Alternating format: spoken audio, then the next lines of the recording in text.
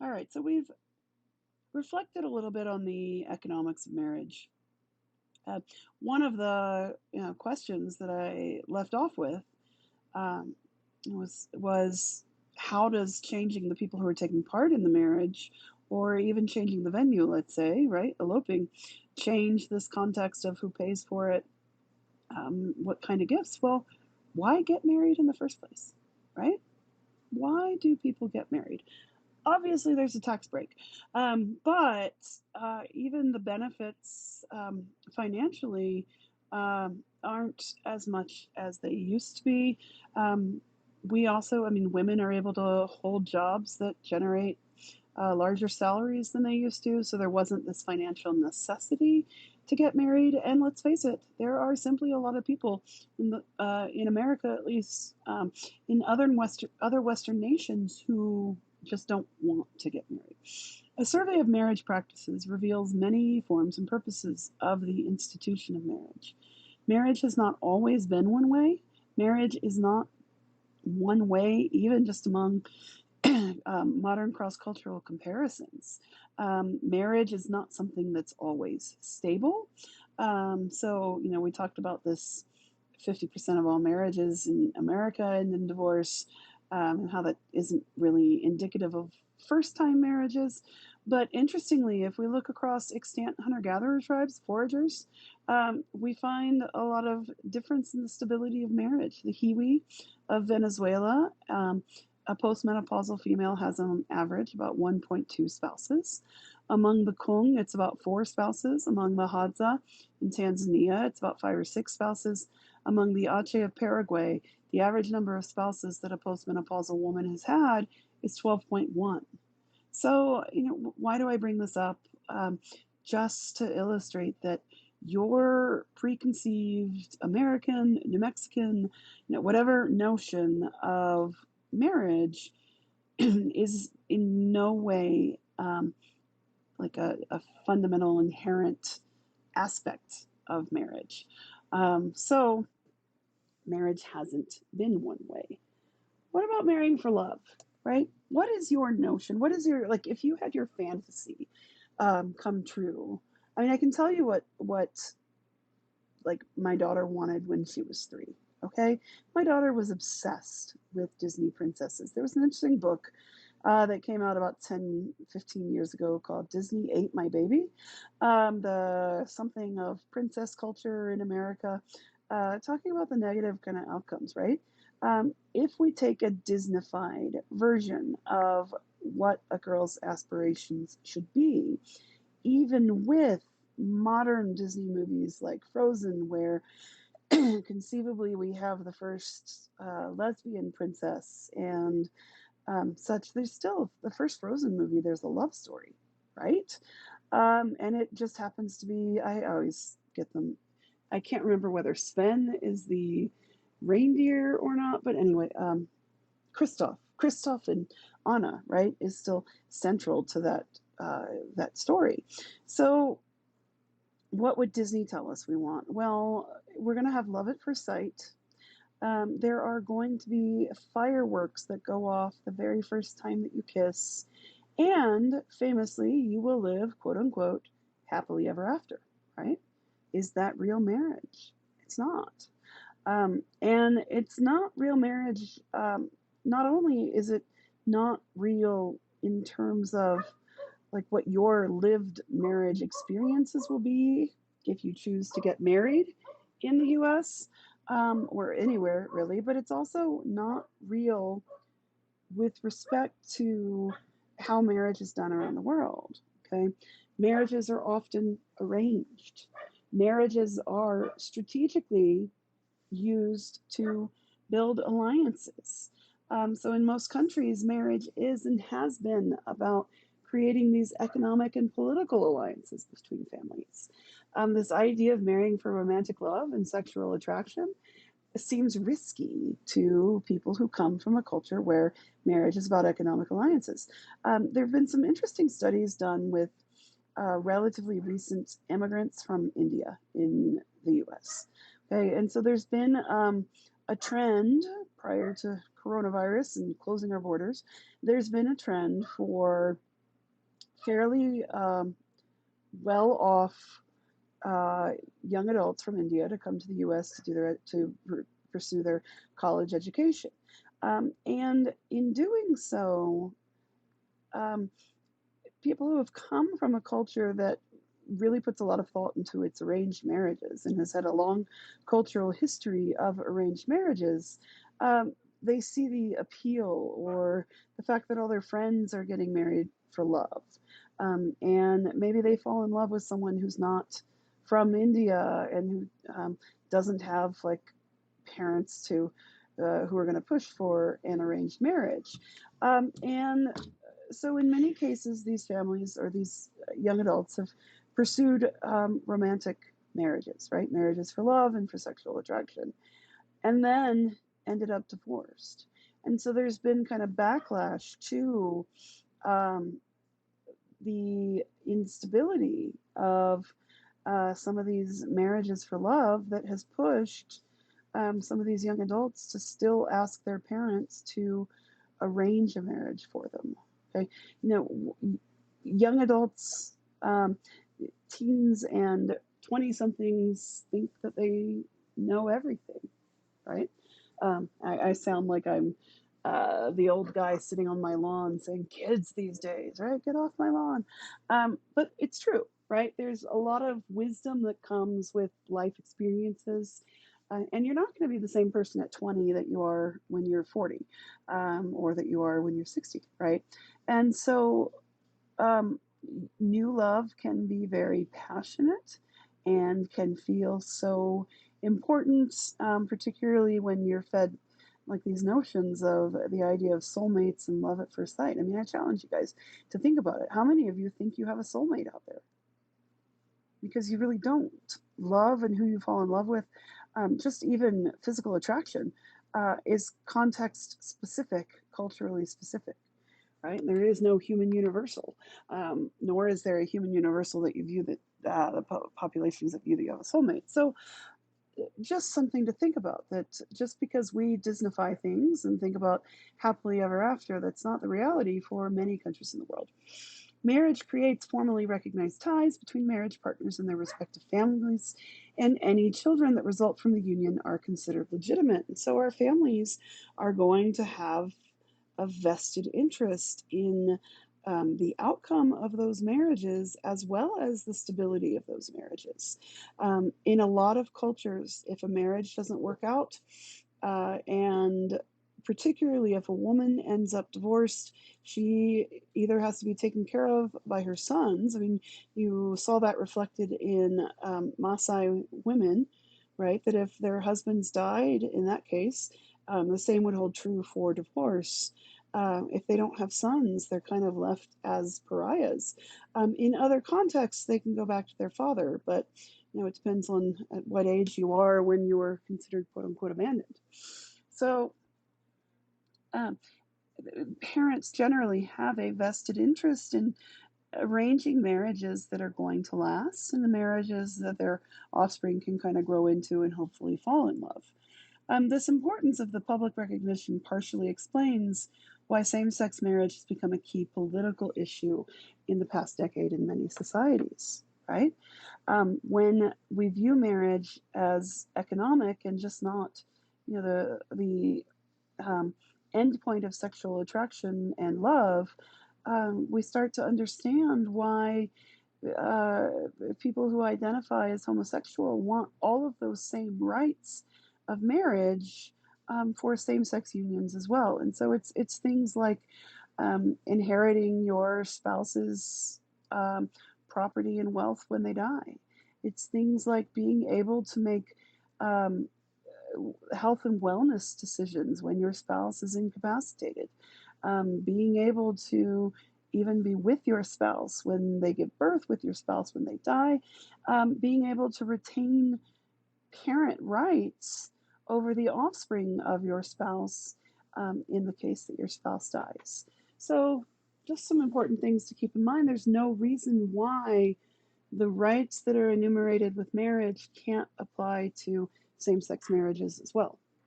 All right, so what forms does marriage take? If there's a discernible trend in marriage globally, it's towards two partners of any gender.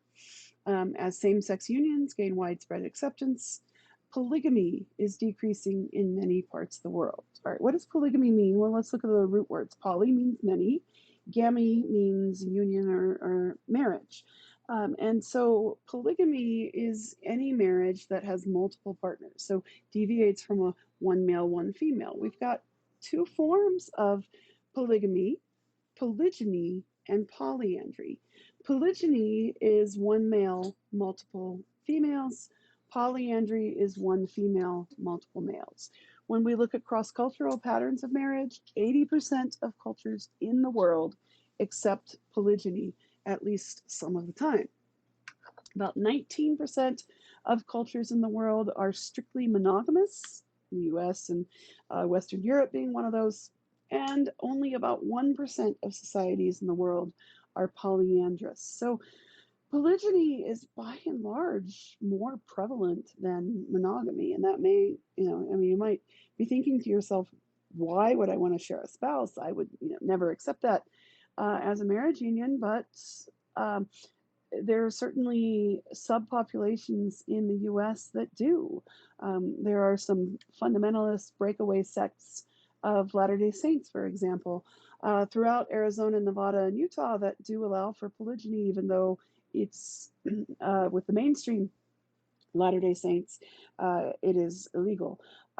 There is also a growing trend in the US towards polyamory, where you've got, which is essentially, um, we could also call it polygynandry, meaning that you have multiple women and multiple men all marrying one another. So by and large, multiple partners is more common than monogamy, but not in the sense of most people are married polygamously. That's one thing to keep in mind. If every marriage in 80% of the world's population was polygynous, then we would have an incredible sex ratio skew, and that's not true. So in these cultures that allow for polygyny, there are still a lot of people who marry monogamously, and it's because it's this economic um, factor of marriage. The only people who are going to be able to pay, for example, bride price for multiple spouses are going to be families that are wealthy. All right, so all cultures have rules regarding sex and marriage. In the case of arranged marriages, the parents may select partners from specific socioeconomic, religious, educational, or ethnic backgrounds. One of the things that has been common among Indian immigrants is that the arranged marriages that parents would pursue would be with other people who are Indian, not with white Americans, for example. These arranged marriages may be endogamous or exogamous. So, as we were talking about clans, right? We talked about how most clans were exogamous, meaning that you don't marry within the same clan. When you think about the nature of descent groups, that makes sense because the same clan would represent um, people who belong to either the same matriline or the same patriline, and that's going to raise your risk of incest and thus the genetic deficits that come with marrying or reproducing with your close relatives. In a lot of cases, then marriages will be exogamous. Within incredible socially stratified kinds of societies, then we often see socioeconomic status endogamy, meaning that you're not going to be the poor orphan from the inner city marrying some rich white guy with a house in the Hamptons. That you're going to be more likely to marry someone who is of the same social status as you yourself are. So, a lot of different patterns that are prevalent. Um, the incest taboo is as close to a universal feature of human societies as anything that we see. All human societies mark some marriage partners as not possible, not valid. Okay, and they do that through the avoidance of incest. Interestingly, it has nothing to do, well, not nothing, but is not fully mediated by um, actual biological relatedness. And so we talked about that kinship structure where you identify the parallel cousins and the cross cousins. Okay, your cousins, whether they're parallel or cross, whether they are maternal cousins or paternal cousins, are equally related to you. And marrying your cousins, reproducing with your cousins is not a good idea. In general, it's even considered to be illegal in the U.S. To marry anyone closer uh, than like at the level of first cousin or closer. So you can't marry your brother or sister. You can't marry your first cousins. You could marry your second or third cousins. Um, in fact, historically, in many states, you were required to get a blood test before you married to rule out close relatedness without your knowledge. So the prospect that you both were adopted and that really your siblings and not not unknown to one another, and these blood tests would rule out certain marriages to where you couldn't get a marriage license. So in general, in animals as well as in people, bad idea to make babies with your close relatives. You raise the likelihood of something called inbreeding depression, which isn't just sadness about inbreeding. It has to do with genetic fitness and genetic viability. When close relatives reproduce with one another, you have a greater likelihood of these um, recessive, deleterious uh, genetic disorders. So that's kind of the why of it. But the how of it, how we decide who is incestuous and who is not, is kind of arbitrary and very culturally specific. There are two exceptions that prove the rule: ancient Egypt and Hawaii before European contact. The rulers were viewed as living gods and were required to marry a sibling. So, predictably, I don't know if you've seen any of the more recent evidence of like King Tut and such, but both Cleopatra and King Tut, as much of the European nobility was at the same time, were not the most attractive individuals. They had birth defects and genetic anomalies that were the result of reproducing with really close relatives. And so there are some cultures that prohibit marriage between cousins or specific types of cousins. That is, parallel cousins are a no no, cross cousins are just fine. Others don't. So, why do incest taboos exist nearly everywhere? Functionally, it's because of this increased risk of birth defects and this inbreeding depression, this increase in deleterious recessive disorders. But it's not hard then to mix up the gene pool and provide genetic variability. In fact, what's considered in the conservation world as a sustainable, viable genetic population is only 500 individuals.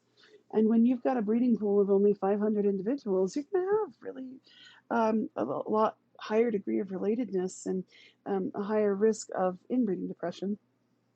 Though that isn't necessarily like, it's not always going to be as bad as like your children die by the time they're 3, right? So that's part of what is behind the fact that we see such variability in who's defined as being incestuous. There's another evolutionary explanation that's called the Westermarck effect, which basically says that you treat anyone you were raised with as a relative. And so the Westermarck effect has been used as an explanation for some of Spiro's work with Israeli kibbutzim. And so if you don't know about the kibbutzim in Israel, they were basically, we would call them communes. They were communal living situations where all of the children were pooled together and raised collectively. So during the day, the children would be taught by people who specialized as teachers, and their parents would be doing different production roles in the kibbutz. And the children would sleep together in like dorms and really collectively reared. And what Spiro found is that children who grew up in the same cohort in the kibbutz, they didn't get married. one another. There was no prohibition against it, but it was almost kind of instinctually repulsive that they thought it was gross. It was just not something that you would do. We see some animal effects of this as well. And hence why it's called the Westermarck effect.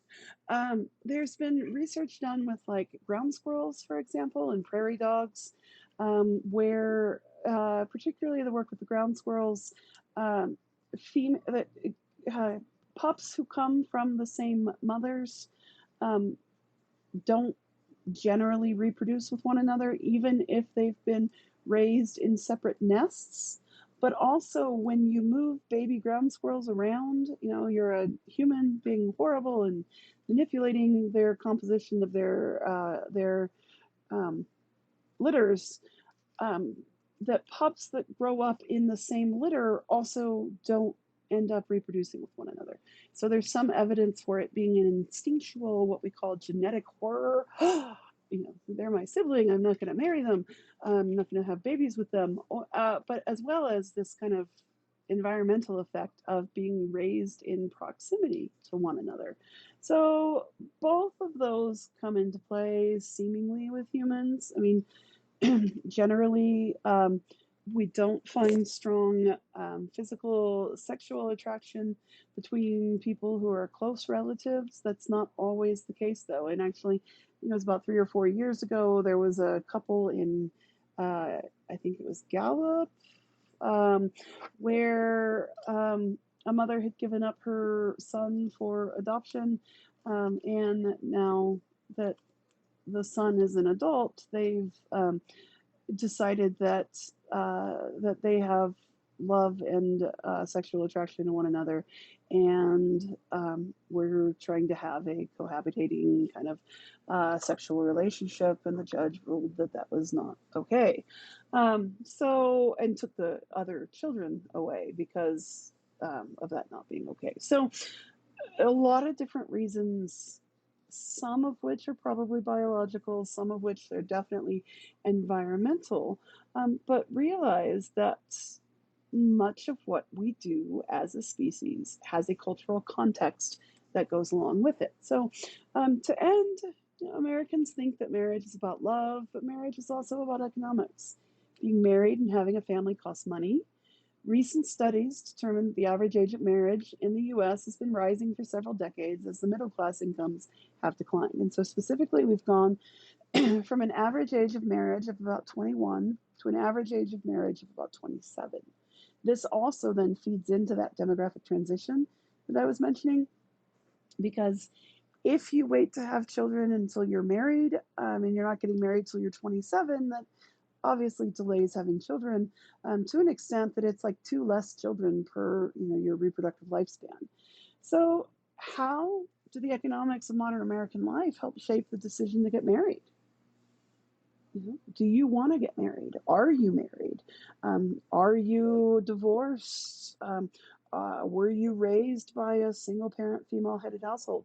The reason that we talk about single parent female headed households is because most single parent households are female headed.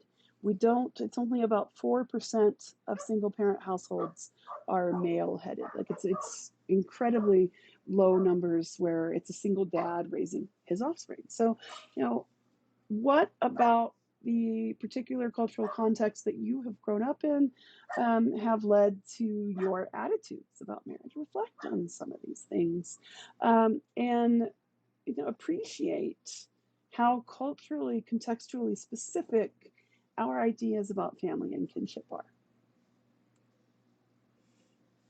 All right, so how do social and technological changes reshape how people think about family? Well, we've got birth control pills, right? Suddenly, sex doesn't require reproduction. This gave women in Western countries greater control of their sexuality, ultimately leading to a sexual revolution. Most of you would not be cast out of your families if you had sex outside of marriage. Or if you, heaven forbid, have sex before you get married, right? How do you feel about teenage sex? Is it something teenagers should do? I'll tell you, it's something teenagers do, whether they should or they shouldn't. So, we've had incredibly changing attitudes. My mom still raised me with the attitude of wait until you're married to have sex. I'm not raising my daughter with that attitude. Now, interestingly, I started dating quite a lot by the time I was 13, even without my parents' approval. My daughter's 17 and still has no interest in dating because she wants to take care of school before she worries about those other aspects of her life. So, it's funny how it's that we've got such individual like differences in our attitudes towards relationships and such, despite different messages being presented to us. But teens have sex. Birth control helps them not get pregnant, right? So in the 1980s, technology shifted from trying to prevent pregnancy to trying to increase the odds of pregnancy.